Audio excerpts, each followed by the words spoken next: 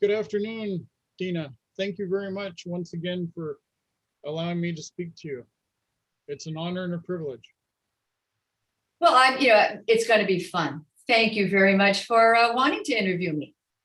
Well, you were such a great guest before, and we've got more to talk about because we can go back to last month, actually, June 7th. You were #1 pollster live stream for that week, beating out the Grand Ole Opry and Love Rocks New York City. Unbelievable, wasn't it? I tell you, and that was the big Dean Martin celebration for his birthday, June 7th. Yeah, that's right.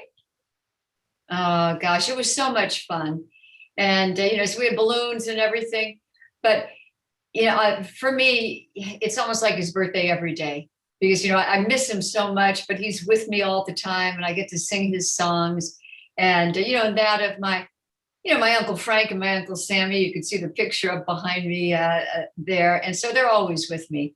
And so I'm a very lucky young lady.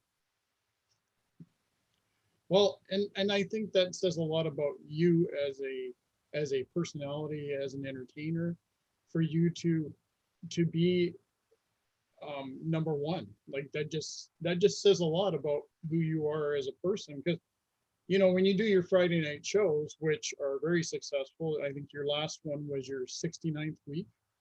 Yes. And you had 400,000 viewers, like combined of all the different areas in which you've been doing your streaming. That's incredible. Yes. It is pretty incredible. It's incredible to us because it's all over the world. Not just the United States. It's all over the world. And and I loved, I got a card from the president of Mongolia. I mean, it's just it's mind blowing to me that people are loving the show.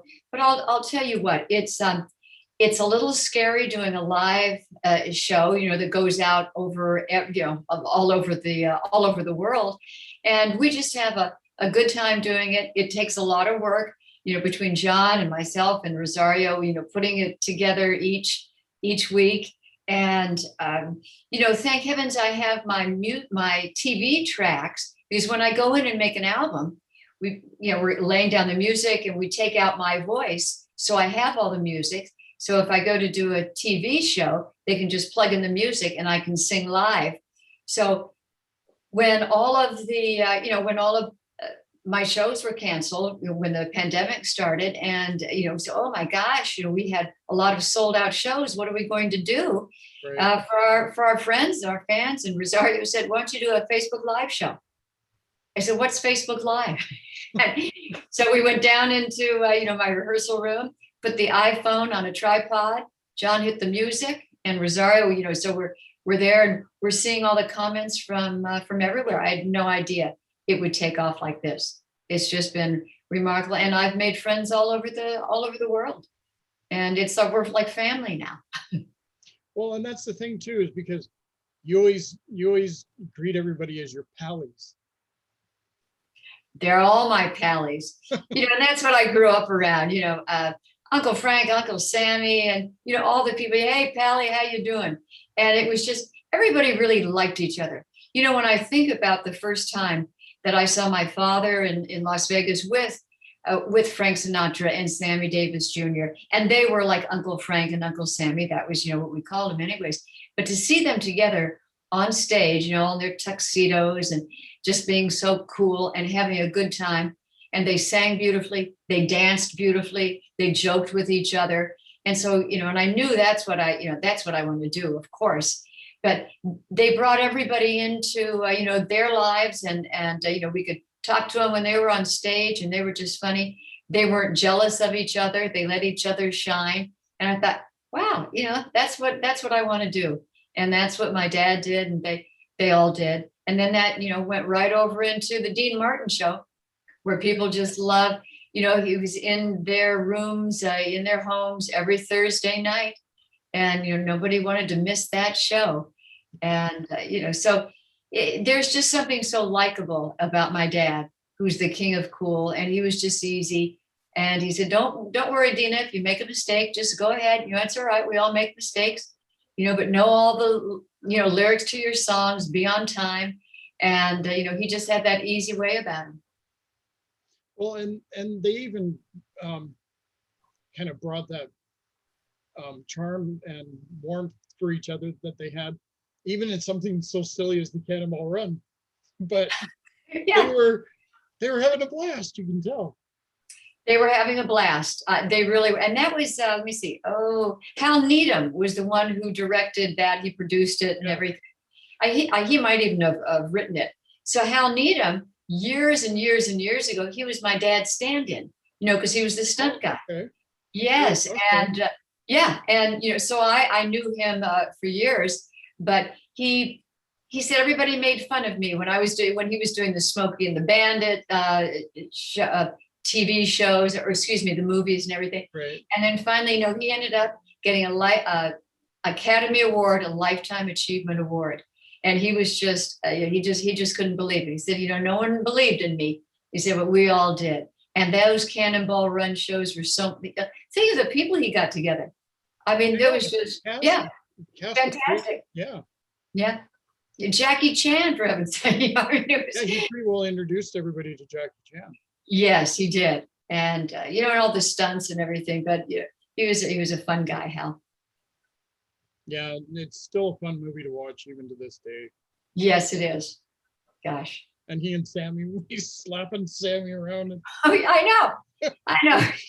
Now that I think about it, oh my God. Sammy was a good sport. They were all good sports, and they were, they were like brothers. They just had, fun together. And Dom DeLuise was in there. Oh my gosh. And Burt Reynolds. And Burt Reynolds, of course, and Burt, just adorable. All of them, together. And when I think about, back to the Dean Martin show, all the people who were on his show, like the Dom DeLuises and, Peggy Lee, Aretha Franklin, the Mills Brothers, Woody Allen, everybody who was on that show. And boy, did I have fun Sundays going down to watch them record the show. And can you imagine that my dad never went to rehearsals? He said, he said, I will come down on Sunday afternoon after I play golf and we'll do the show. No one thought he could do it, but he was brilliant. He could get out there and dance with Sid Charisse or Juliet Prowse, not even knowing what dance they were going to do. Then he could go over and sing with Ella Fitzgerald and then do the skits, all in the same day. Unbelievable. He was just on all the time. Yeah, it was just fabulous. And it's make a mistake, that's okay. Let's move on. Just so just roll with it. Yeah. He rolled with it. He was easy. And everyone who went to the show to sing with him and to do all the, the skits, they felt so comfortable with him because he made everybody feel at ease. And so that's what I like to do. And, for me to be able to do this, the Facebook Live, and this will be number 70, this coming week, it's pretty remarkable. And now the radio show on Sunday nights at WABC, that's going to be that's quite the little show you got going on. Now yes, this just debuted last night, is that correct? Yes, it did. And it was a lot of fun because now, I'm not singing. I played one of my songs. I played 52nd and Broadway because I'm in New York City, but I can pick out songs that I love, with Bobby Darin. And I even played Sunny by Dusty Springfield, which is a cool song. So I will be able to bring whatever music I want to my radio show. It's Dean and Deana Martin's Sunday Nightcap, which is a cute title, and have a lot of fun doing that. Yeah, and your energy comes across on that as well because you just have that bubbly personality. Now, oh, good, thank you. Well, yeah, it comes across for sure. Growing up in your dad's shadow, though, has it ever like growing up in that time, was it ever pressure for you to get into the business? I know you've spoken quite highly of your father, but was there ever any pressure? Did you put any pressure on yourself to get into the business, or is it just something that you wanted to do? It's just something that I wanted to do. I was fortunate enough to have ballet lessons, tap lessons, piano lessons, it was just, it's in my genes. And so, I mean, I just love to entertain. That's, it's what I love to do. So that wasn't it. But, my dad, he was so cute. He said, you've got to, work hard and do it if you're going to be in the business. And he said, Deana, it's a business. And so you may go out and you may not get the part. He said, I'm not picking up the phone and calling Lou Wasserman and say, put my daughter in your movie. He said, you go down there, you get an audition, and if you get it, great. If you don't, then move on to the next one. So it was, he said, it's a business, but you have to love what you're doing. If you don't, then, pick something else. But he wouldn't, he didn't encourage me to do it. He just say, know all your lines, get out there, hit your mark, be on time, and sing from your heart. And so I never felt like I was in the shadow of him. And it also could be, I was a girl, so it didn't have to be a Dean Martin. I already had, the name Deana Martin, and I knew Peggy Lee and Rosemary Clooney, and and everybody, it was just natural for me. And I know, and it is a lot of hard work. And I remember the first time I went on tour, and I said, you know what? This is real. I told my husband, I said, this is the really hard work. I said, my dad made it look so easy. I had no idea, that it was going to be that tough, but it's rewarding. It's a lot of fun, and it's a lot of hard work. So but it's what I do. And what do you like to do in your spare time? When you have downtime, what do you like to do? Do you just like to sit back, and what do you like to do to relax? Well, you know what? We don't have much, downtime, especially now, because before the pandemic, we were on the road 280 days out of the year. So it's packing and unpacking, learning new songs, trying to get to the airport and get to the airplane, and there's, canceled things. So it was really, quite, insane. And now, since we've been here and doing this Facebook Live, it's learning new songs and it's getting that together. But for me, what makes me feel good is eating right, being healthy, getting out, working out, getting on the treadmill, making sure that, I'm healthy, because that's the first thing you have to do. You have to be healthy. I eat right. It's about health. And I learned that from my dad too. He would get up early every morning and go play golf if he wasn't, going to, if he wasn't doing a movie or, like that. And he taught me, he said, Deana, when you go out to dinner or at home, when they bring you the bread, don't eat the inside of the bread. Take the inside out of the bread, just eat the crust, and you'll never get fat. What? Okay. Oh yeah. We would never, you would see us out to dinner, and you'd see all the bread plates had the inside of the bread, no crust. And that's how, but just that he would think of that and tell me that is so great. And he always looked good all of his life, but it was about exercise. And, he had a rowing machine in his dressing room when we were growing up, and it was all about being healthy. Now, I know we're short on time here, but did your dad have any favorite or least favorite songs that he ever performed, or yourself for that matter? People request. There's some people request for your show, for instance. Oh yeah. Oh geez, not that one again. Well, sometimes, but the good part is I don't have to do those songs. But I can make it my own. But I've been lucky that that the songs that they've requested have been great. So, but learning these songs, and it's been, as I say, a lot of work, because my music director, Rick Creevy, is over in Boca Raton, Florida. And so then someone will, maybe Mike Lane from London, he'll send me an email saying, I'd love to hear Ain't That a Kick in the Head? I'm just saying that song. So I go, oh, Ain't That a Kick in the Head? Okay, then we'd figure out what key it is, send it over to Rick. He would send back a piano chart, and I'd sing, no, it's a little too hot. Send it back, and so back and forth. So it's been a lot of work getting all of these songs together, and writing the show. It's as I say, it's a lot of work, but it's a lot of fun. And as far as my favorite songs, and did my dad have a least favorite song? I think he did. It might have been Partners with the Jerry Lewis. I don't know. It was some song. He said, "Oh no, I don't want to do that again." Yeah, And yeah, and for me, when I think about doing it again, singing a song again, it's like, Tony Orlando is a dear friend of mine, and wherever he goes, of course, he has to sing "Tie a Yellow Ribbon" yeah, around the of old course. oak tree, which is great. Well, you And in can't be fact, sick of that one, right? yeah, but he doesn't. And in fact, my dad sang it on his show, and Frank Sinatra sang it. So Tony on his radio show, he will play, maybe Frank Sinatra singing it, and then the next week he'll play Dean Martin singing it. And I think a lot of people have recorded it, but he has such a nice way about him, a good sense of humor, that he's going to come on my show, and maybe I'm going to play "Tie a Yellow Ribbon" by Tony Orlando.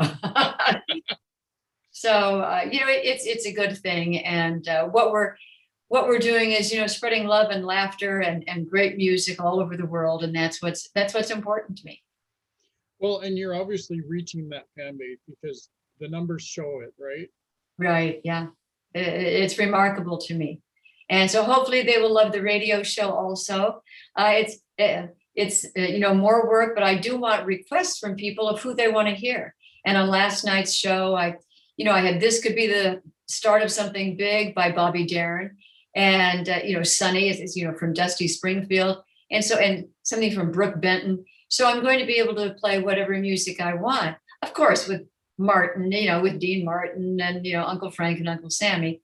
We'll be doing all the greats, and so I'm going to have a good time doing that. So I really don't have any downtime, and if but it's all good. And thank heavens you got a beautiful home, and so I'm happy, and a handsome husband who takes care of me, and between all of this, who can go wrong?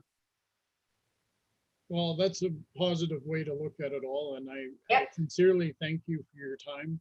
I have to thank Jeremy Westby and Rosario Yes, for making this possible. that's right. So Jeremy, last month or the month before, it was his wedding. He got Yeah. married, and Yeah. we went to Nashville, and I sang, "You're Nobody Till Somebody Loves You," and it was so great to have a live audience. A few Wow. hundred. Oh yeah, so it I was didn't great. know about that.